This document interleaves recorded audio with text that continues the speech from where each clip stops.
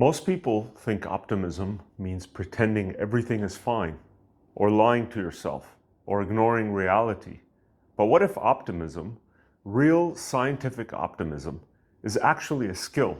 It's not a delusion, not a fantasy, but a psychological tool that directly affects your outcomes, your performances, and even how people respond to you. For the past 7 years, without fully realizing it, I had built a habit of negativity.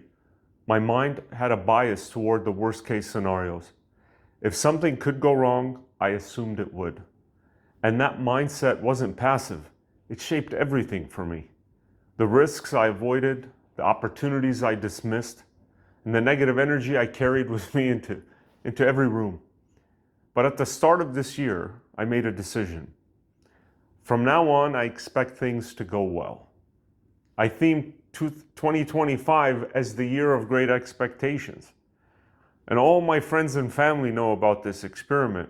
I've been carrying it forward throughout the entire year. And so when things go bad, on the other hand, I would handle them with composure. It wasn't delusion, it's not denial. It was just a disciplined shift in perspective. And the results have shocked me. My stress has dropped. I became calmer, lighter, more capable. Now, the problems didn't stop happening, but I stopped experiencing them as threats. I felt more powerful. So today I want to break down why this shift works, because the science behind positive expectation is deep, it's well researched, and it's extremely practical. In fact, it's one of the strongest predictors of life outcomes that psychology has ever identified. So let's get into it.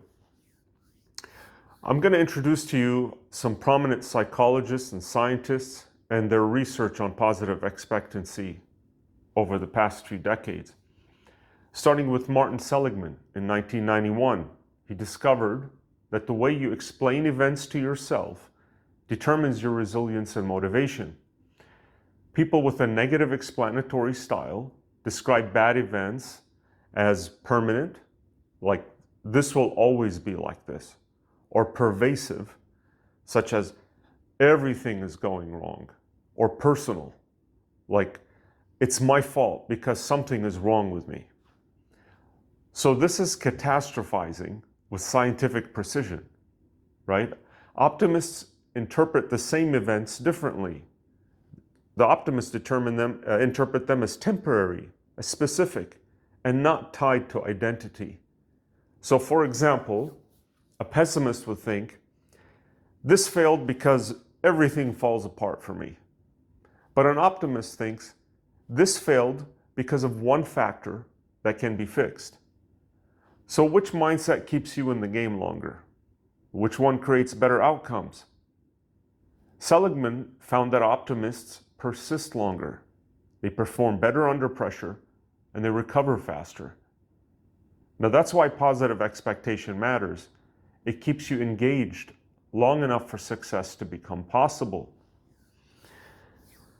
And in 1997, Higgins identified 2 motivational systems. Number 1 is prevention focus, which is avoiding loss, avoiding mistakes, and avoiding risk. And then there was a promotion focus, which is pursuing growth, pursuing gains, success, and possibility. So Higgins identified both of these types of focuses, right? So those 7 years where I was negative, I lived entirely in prevention mode. I was constantly bracing for impact. And when you expect negative outcomes, you shrink, right? You become cautious, your world gets smaller. But when you adopt a positive expectation, you shift into the promotion mode, right? More initiative, more creativity, more opportunity. And a promotion mindset actually broadens how you perceive the world. You'll see possibilities that you were blind to before. Then in 1977, Bandura discovered something profound. He discovered that we act not on what we can do, but on what we believe we can do. This is a very important distinction. So this is positive expectancy at its core.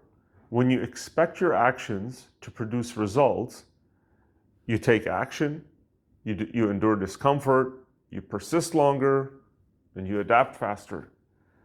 Self-efficacy is one of the strongest predictors of success across all human behavior. And expectation is the key to that ignition. There's so much research has been done on this. It's remarkable. When I started looking, I mean, it's just, there's so much there. Like I'm shocked that we're not all, we don't all have this positive expectation or positive bias. But I was on the negative for many years. So there was Carver and Scheier. In 1998, they researched optimism and self-regulation. Their research showed that optimism changes how you interpret progress, right? Optimists see setbacks as part of the process, but pessimists see setbacks as proof that the goal is impossible. So that means that optimists will adjust, and pessimists, conversely, will withdraw. And now, that withdrawal creates a self-fulfilling prophecy. You've probably heard of that phrase many times before. You expect failure, you pull back, you get poor results, and then reinforce the negative expectations. Optimists, they create the opposite cycle. And then there was Fredrickson in 2001. He came out with one of the most elegant ideas in psychology. It's called the Broaden-and-Build theory, where negative emotions literally narrow your cognition. Pay attention to this, guys. Negative emotions will narrow your cognition. They reduce your mental field. We did some video about ADHD and the mental field, right? So you see fewer options, but positive emotions do the opposite. They broaden your attention, they expand your creativity, and they increase your problem-solving ability, and also help you connect better with people. So over months and years, this broadening builds durable psychological resources. Positive expectation leads to better emotional state, leads to better cognition, and that gives you better outcomes. Just a word about the self-fulfilling prophecy. That was Robert Merton in 1948, right? The idea is simple and powerful. It's self-fulfilling prophecy is a belief creates behavior that makes the belief come true. If you expect people to reject you, you become cold, guarded, suspicious, and the people will respond accordingly. But if you expect people to enjoy your presence, you show up warmer, more open, more confident, and people will also respond accordingly. So your expectation shapes your energy. Your energy shapes other people's reactions, how they react to you. And their reactions are going to reinforce your beliefs. So this becomes a loop. So does positive expectation create better outcomes, right? You must be asking yourself. I asked myself the same thing when I began my experiment this year. And based on decades of research, the answer is yes, absolutely, and consistently. Why is that the case? Because positive expectation improves outcomes through at least 5 ways. Let me list them out for you. Behavioral, you take more constructive action. Motivation, you persist longer. Attention, you notice opportunities instead of threats. And emotion, you stay calmer, clearer, and more strategic. And finally, social influence. People are going to respond to your energy. So this has nothing to do with fantasy. It's purely mechanical. It's action-based. It's scientific. So now, why do people cling to negative expectation? Like I did. This part is important. People often stay negative because it protects them from disappointment.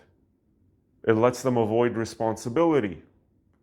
It keeps expectations low. And it gives a false sense of control.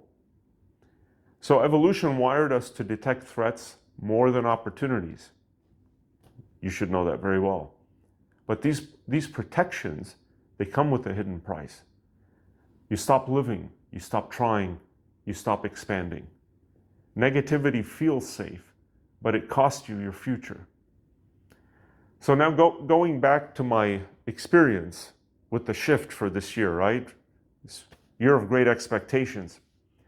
When I made the internal decision to expect things to go well, I didn't think life owed me anything. I simply stopped assuming the worst. And instantly things opened up for me.